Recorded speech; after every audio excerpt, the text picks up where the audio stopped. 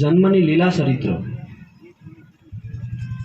કે આ અવતારે આપણા માનવ જીવનને કેટલા ઉદ્ધારક બનાવ્યા છે, કેટલા પાવન બનાવ્યા છે અને કેટલા ધર્મ માર્ગ ઉપર ચાલવા માટે, ધર્મના પથ ઉપર આપણે અડગતાથી ઊભા રહી શકીએ, આપણે ઈશ્વરની પૂરા પ્રેમથી ભક્તિ કરી શકીએ અને માનવ સાથેનો જે પ્રેમ છે તેને વિકસાવી શકીએ, એ માટેનું ભગવાન શ્રી રામદેવજી મહારાજનો જે અવતાર છે તે ખૂબ જ એક અભિગમ પાસું છે.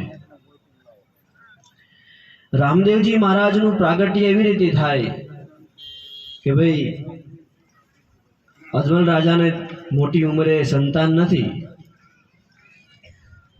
અને ખૂબ જ ભક્તિભાવથી દ્વારકાની જાત્રા કરે, ભગવાન દ્વારકાધીશની પૂજા કરે, દર્શન કરે અને મનમાં ઈચ્છા જાગે કે હવે દ્વારકાવાળો જો મારી ઈચ્છા પૂરી કરે અને મને જો સંતાનનો સુખ આપે તો મારું જીવન ધન્ય બને.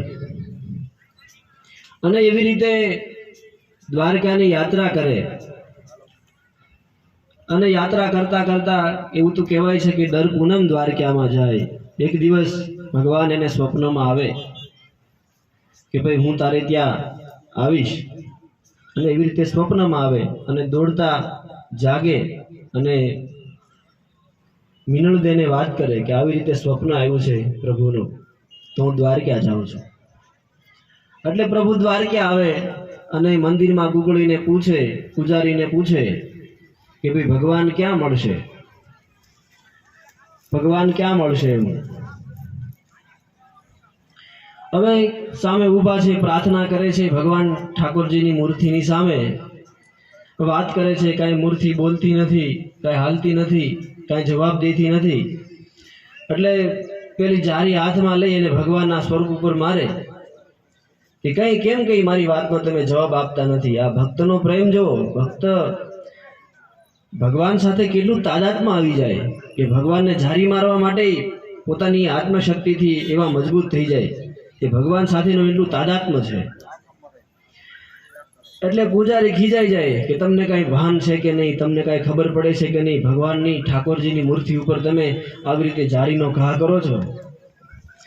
એટલે કે ભાઈ મારે ભગવાનને મળવું છે, ભગવાન ક્યાં છે? એટલે ગુગળી જોરથી ગુચ્છામાં કે ક્રોધમાં કે ભગવાનને મળવું હોય તો જાને ભાઈ દ્વારકામાં, આ દરિયામાં ભગવાન બેઠો છે. અને જ્યાં સાંભળ્યું અજમલજીએ, અને અજમલજી દોડતા જાય એ દ્વારકાના દરિયામાં, સીધું કાંઈ વિચારે કીધું છે એટલે મળશે, સીધો ઠેકડો મારે અને ઠેકડો મારીને જે આંખ્યું વીજે, એટલે અમુક સમય થાય આંખ્યું ખોલે ત્યાં તો ભગવાન સામે બેઠા છે રાજ સિંહાસન ઉપર ને. એવી રીતે ભગવાનનું દર્શન થાય અને કપાળ ઉપર પાટી બાંધેલી છે, લોહી નીકળેલું છે. એટલે અજમલજી પગે લાગે, પ્રણામ કરે, ભગવાનની સ્તુતિ કરે. ત્યાં જોઈ જાય કે ભાઈ તમારા કપાળ ઉપર આ પટ્ટી, તો કે અમુક ભક્તો એવા આવે આપને મારે એવા, એમ આપી કે માગવી કે આપવી નહીં ને, તો કે અમુક ભક્તો એવા હોય કે આપણને મારે એમ. એટલે અજમલજીને વાત યાદ આવે છે અને ભાવાવેશમાં ભાવ વિભોર થઈ જાય અને ભગવાનના શરણમાં પડે. અને ત્યારે ટૂંકમાં વાત લઈએ કે ભગવાનને વાત કરે કે સંતાન બનીને તમે પધારો, સંતાનનો સુખ આપો. એટલે પ્રભુ વચન આપે કે જાઓ તમે, અમે તમારે ત્યાં આવશું. એવી રીતે અજમલજી પાછા ફરે અને સમયાંતરે આપણે જાણીએ છીએ કે ભગવાન રામદેવજી મહારાજનું પ્રાગટ્ય થાય. હવે રામદેવજી મહારાજનો જે અવતાર છે તેના આપણે ખૂબ નાના નાના પ્રસંગો જોઈએ. પીર બાપાના જે 52 પરસાની આપણે સરસાઓ આપણે સાંભળતા હોઈએ, કરતા હોઈએ, એમના પરસા અપરંપાર છે. લાખા વણજારાને છે, પેલા દલુ વાણિયાને છે, ઘણા એને પરસા આપ્યા છે, દિલ્હીના બાદશાહને છે, ઘણા ખૂબ પરસાની વાતો છે. તો ભગવાન રામદેવજી મહારાજનું આજે પ્રાગટ્યનું જે કારણ છે તે છે શું ખાલી પરસા અને ચમત્કારો એટલું જ સીમિત છે?